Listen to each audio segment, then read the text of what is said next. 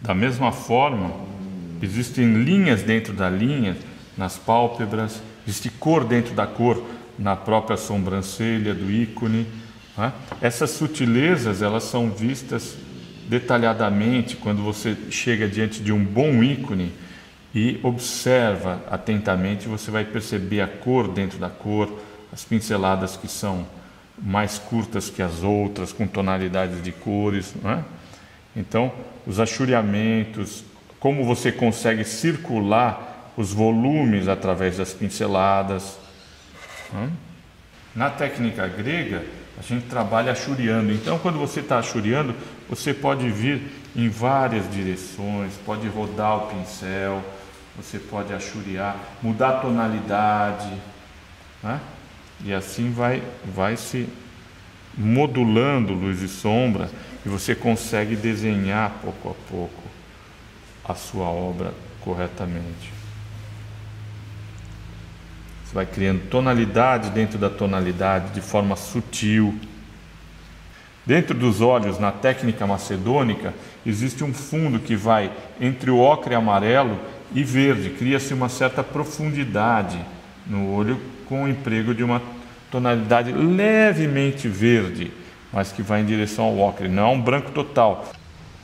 Aqui na técnica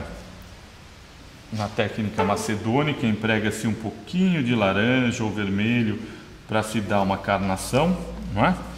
Dentro da iconografia. Agora vocês vão ver em outras técnicas, em outros iconógrafos, por exemplo, na Escola de Paris, o emprego de um vermelho, de cádmio. Então, segundo a escola que vocês estão trabalhando, né, que vocês frequentem, vocês vão ver uma tonalidade ou outra diferente. Então, sempre tomando cuidado se você tiver com cádmio verdadeiro, para que não seja tóxico. Então, existem tonalidades que você pode trabalhar de forma com veladura, ou seja, com transparência, pouco pigmento, mais aglutinante, esfumando, e você cria uma leve impressão de tonalidade, ou seja, não se trabalha com muito poder de coberturas, trabalha-se com suavidade, e assim você consegue essa sutileza que existe dentro da têmpera do ovo e da iconografia, que é colocar meios tons suaves, fazer passagem entre luz e sombra, né? Tonalidades que vão se mesclando e vão modulando a forma.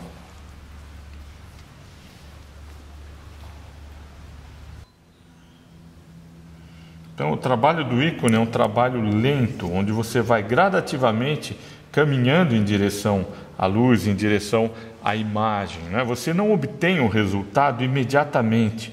Você vai, e a têmpera de ovo possibilita isso, ela te possibilita ir em direção à luz lentamente. Então você vai gradativamente subindo a luz, vai retocando, né?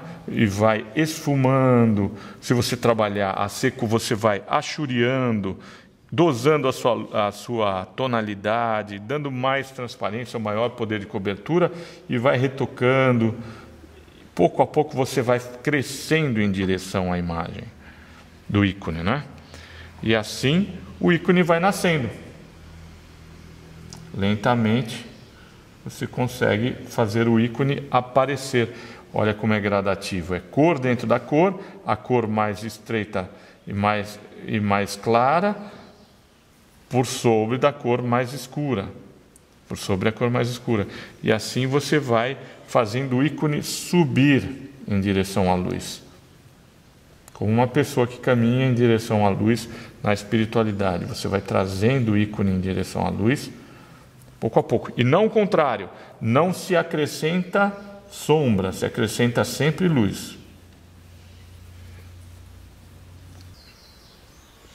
Então, sempre por oposição, quando você for trabalhar um branco total sobre o ícone, eu vou colocar um branco aqui, para vocês verem, ele sempre vai se destacar, porque a camada de base ainda está, se eu colocar um branco aqui, olha a tonalidade dele como é muito mais intensa, porque ele está sobre outra camada que não é tão clara, certo?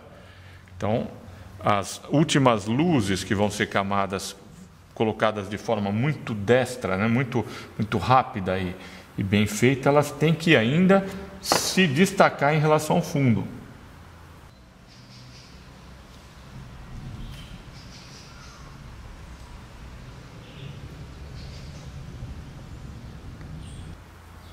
Se eu colocar aqui umas linhas brancas, elas vão subir, porque o fundo ainda não está dessa tonalidade tão clara. Então as últimas luzes são mais intensas e mais fortes e se destacam por serem no claro.